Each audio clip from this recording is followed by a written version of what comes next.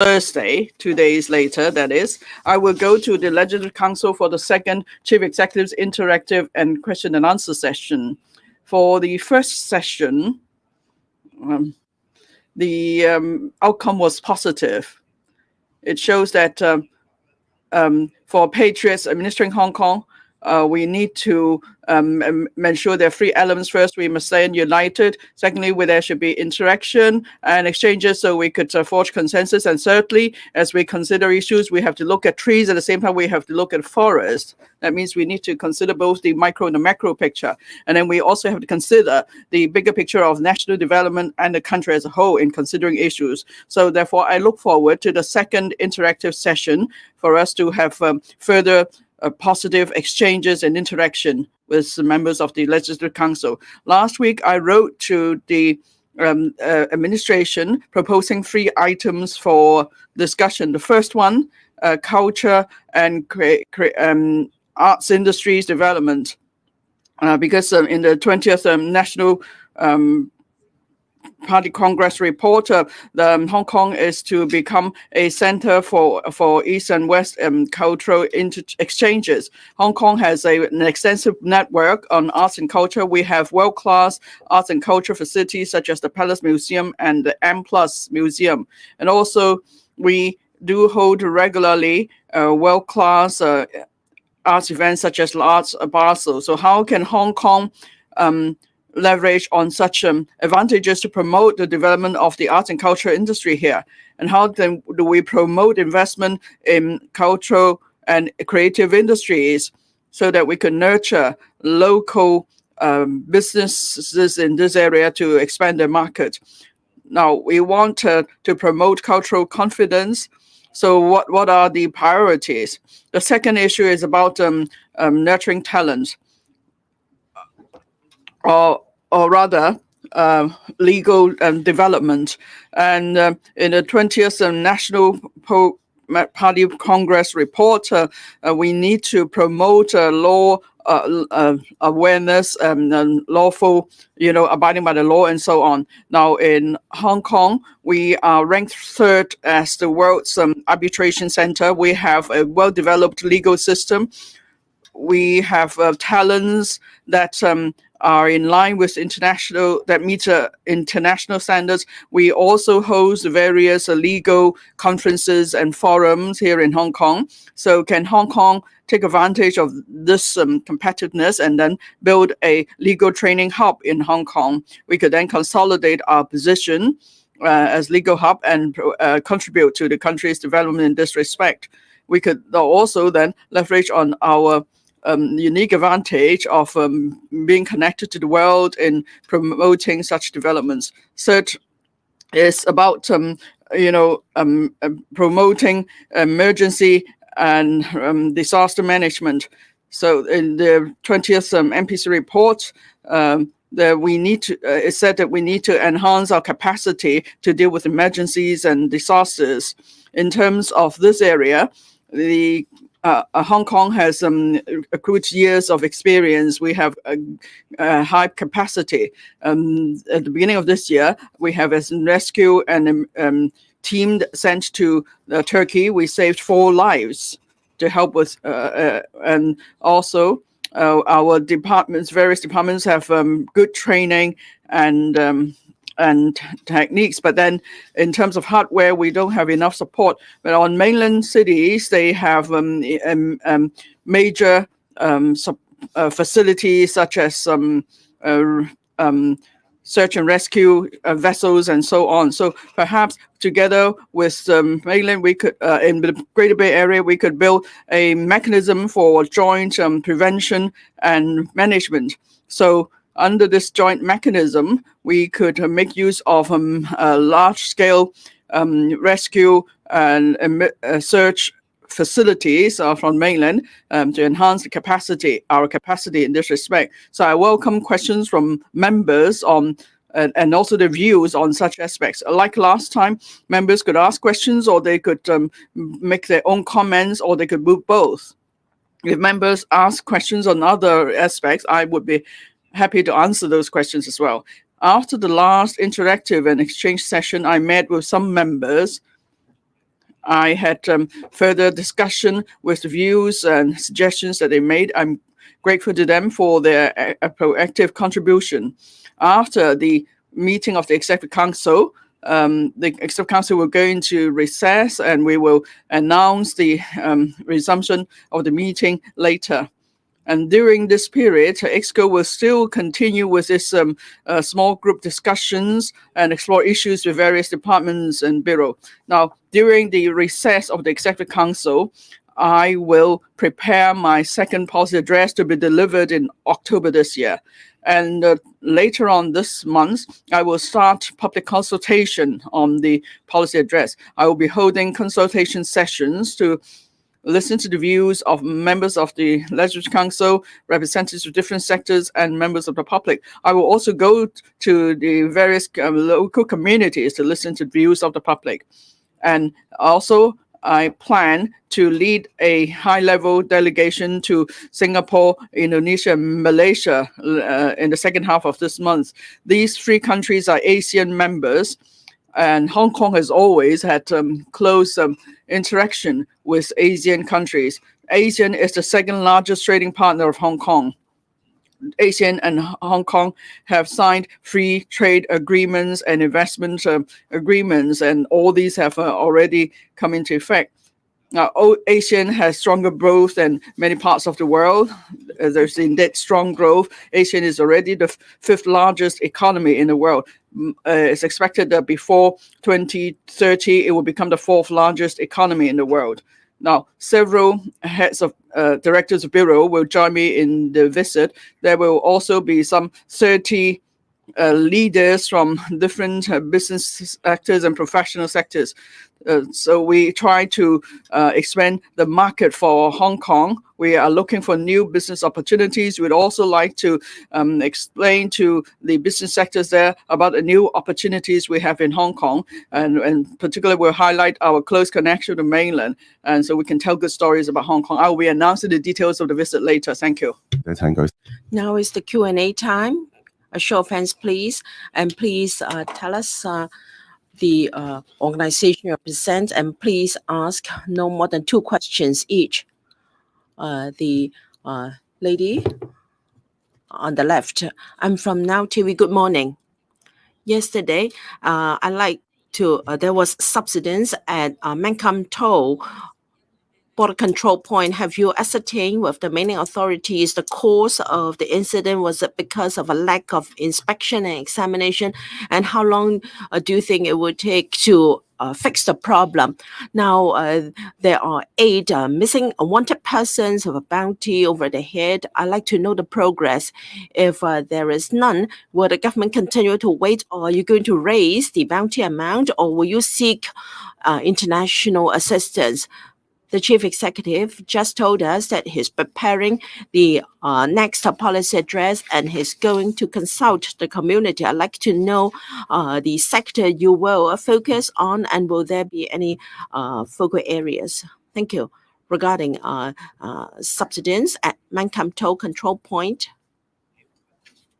leading to uneven service. We are quite concerned about that. And yesterday, the Transport and Logistics Secretary explained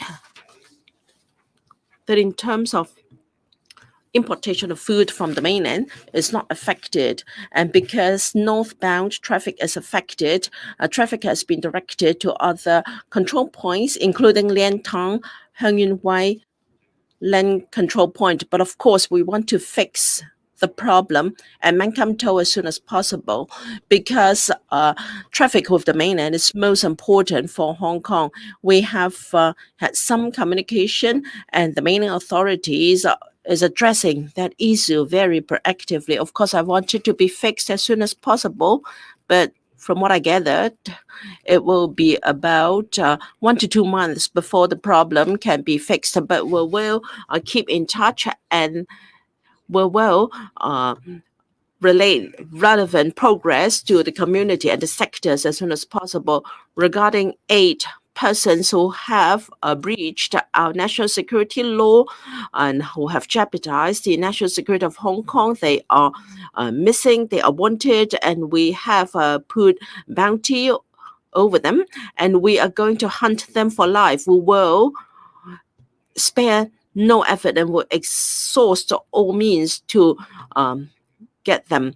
We will seek all forms of assistance, and any assistance to them will be taken to task, and we will also hunt for people who are supporting them or in control of them.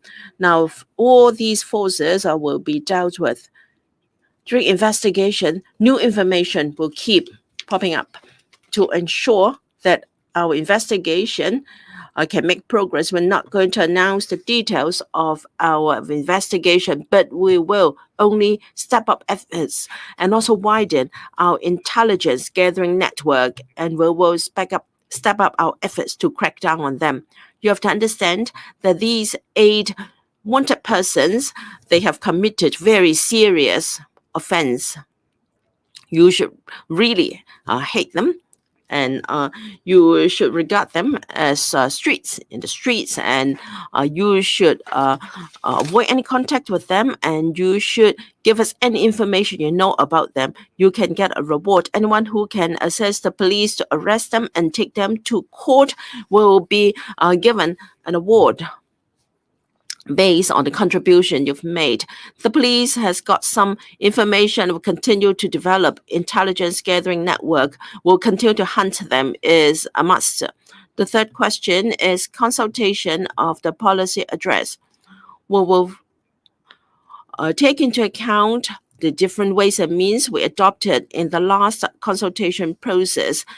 I believe the outcome of our last public consultation has achieved my objective. Of course, we will take stock of that experience and see how we can consolidate our work in any area.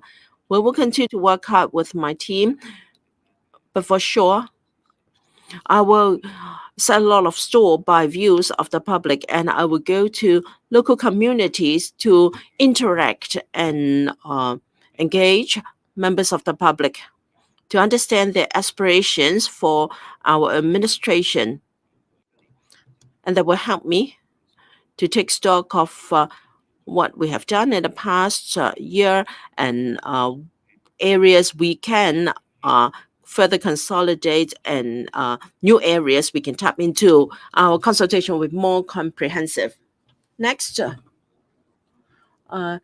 the gentleman in white in the front.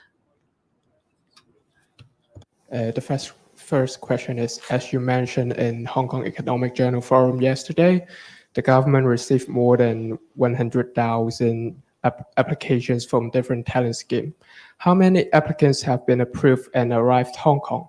And what are the mainstream ministry that the talents belong to? And the second question is, the Chinese government start to ban Maori importers import from 10 prefectures. Will the Hong Kong government follow Chinese government policy? Thank you. I announced yesterday the situation regarding applications for admission into Hong Kong through our talent scheme. I'm very glad to inform everybody that within 6 months, there have been already over 100,000 applications. Based on the previous record, roughly about, I think, 60% of the applications will be approved.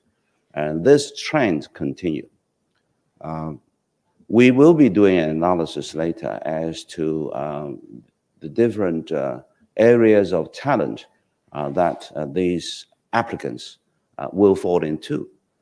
It will be an exercise. But what is important is we look at the overall shortage of talents that Hong Kong is now facing. I have repeatedly said that we have lost over 200,000 in the past 3 years of people who have moved out of Hong Kong, even though we have also people moving in. And also, even if that is a very natural phenomenon in Hong Kong's history, as an international city, as a free port that people move in and out. But it is an actual fact that we are having shortages in different areas, particularly talented people. So the purpose of inviting talents to come to Hong Kong is, first of all, to fulfill the shortage. The second thing is to make us stronger. So it's not just making up the number, it's also making up a strong team in Hong Kong for us to be very competitive, because every city, every country is fighting for talents. And some of the cities, some of the countries are actually launching some very attractive talent admission scheme. So I'm very glad that we receive very good support for our talent admission scheme. We will continue to do so as to see how we can maintain that momentum, and also how we will be attracting talents to particularly fit Hong Kong's requirement, because we are very determined to develop Hong Kong in 8 areas, which are the traditional strengths and the emerging strengths of Hong Kong. So we'll continue to look at the figures, and when we have more information, we will inform the public. Regarding the Japanese government's intention of pouring into the sea water that may be contaminated with radioactive elements as a result of the previous nuclear plant accident, I will take this matter very seriously. In regard to food safety, public health issue, I will be serious and be willing to err on the side of caution, because the action of pouring into the sea such large quantity of contaminated water 24 hours a day, continuously non-stop for a long period, which may last for over 30 years, is so unprecedented that the risks are very unknown in other areas. So I must ensure that food safety is protected in Hong Kong, and I must ensure that members of the public will be reassured that food is safe in Hong Kong. So that reassurance is also important. And I can tell you that the action we will take if the exercise really starts is that we'll be banning a large number prefectures' sea products beyond, of course, the present scale. At the present, we are banning the sea product of 1 prefecture, plus doing thorough radioactive checks of the food product of 4 other prefectures. We will definitely go beyond that. I have already tasked the Secretary for Environment and Ecology to form and lead a multi-department team to design our action plan and to design our implementation. The Chief Secretary, of course, will supervise and coordinate.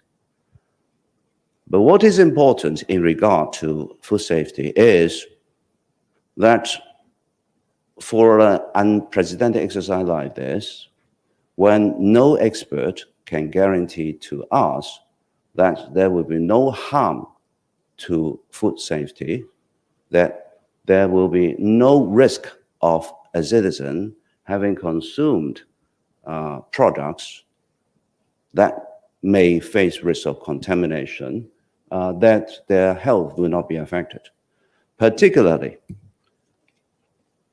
the risk to consumption of radioactive food will only be realized after several years when a person's health condition becomes seriously affected.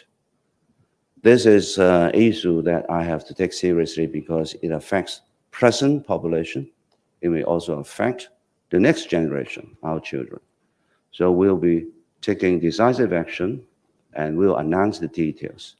I note the catering industry will be affected, but I'm sure that they will understand that we are forced to make a decision because of this unprecedented exercise.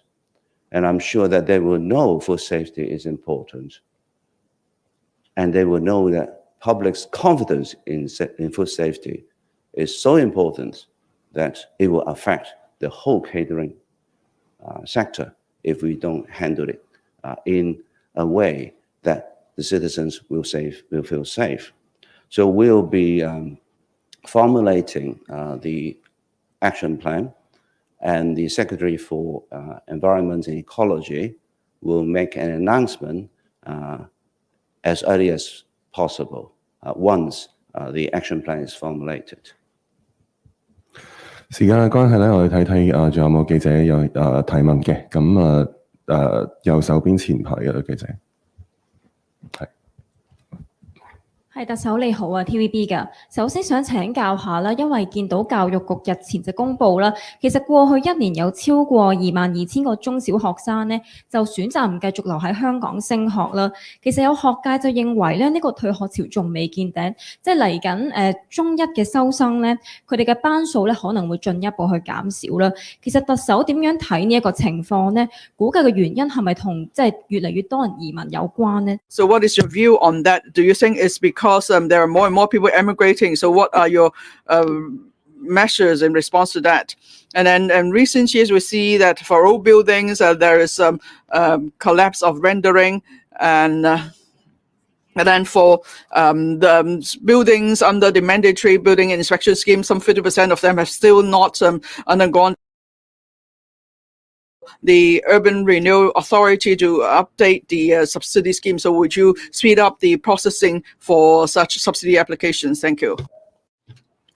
Regarding a drop in our student population, the administration has always let the public know that it's a structural problem. Of course, it's also because of people have left Hong Kong for some reasons. And of course, we've also got people moving into Hong Kong.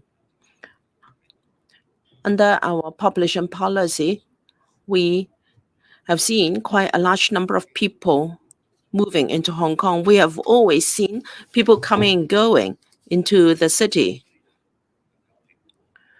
Although it is estimated that this trend will continue, but I believe the worst scenario or the worst situation is already past.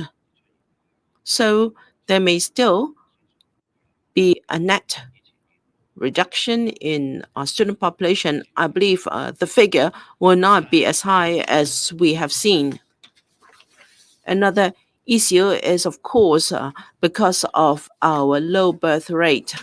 We understand that compared with other cities, the birth rate in Hong Kong is low.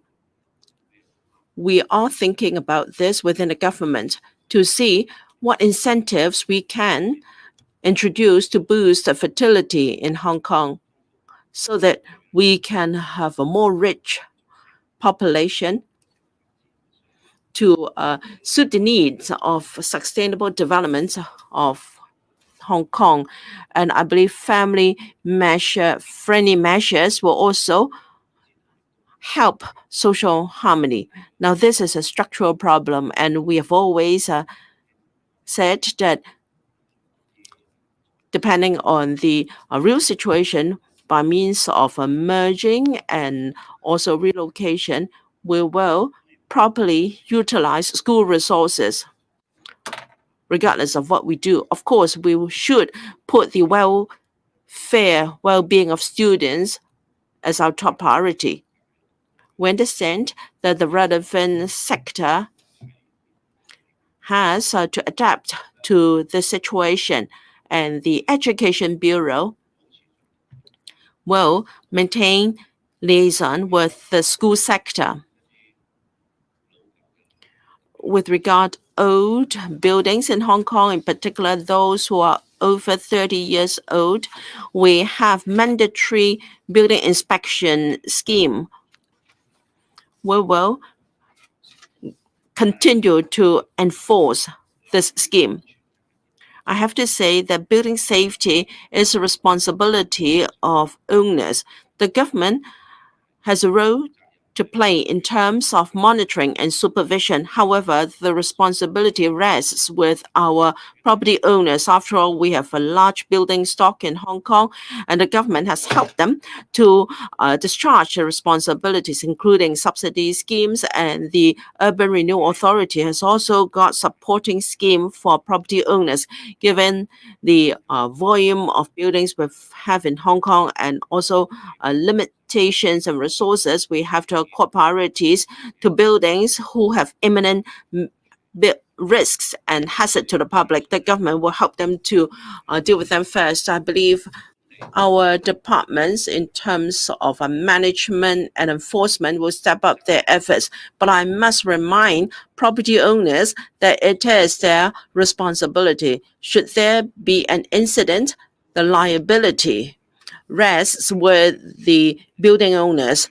Of course, we will manage, we will supervise, and also enforce the relevant legislation. We also provide subsidies. I have reminded all government departments. I understand that the URA will, if the buildings department spot any structural problems with any building, then the government can carry out the rectification works to ensure safety first before we recover the cost from the owners. This is a shared responsibility. The government is responsible for administration, supervision, and enforcement, but property owners should also remember their own responsibility. That ends the session. Thank you.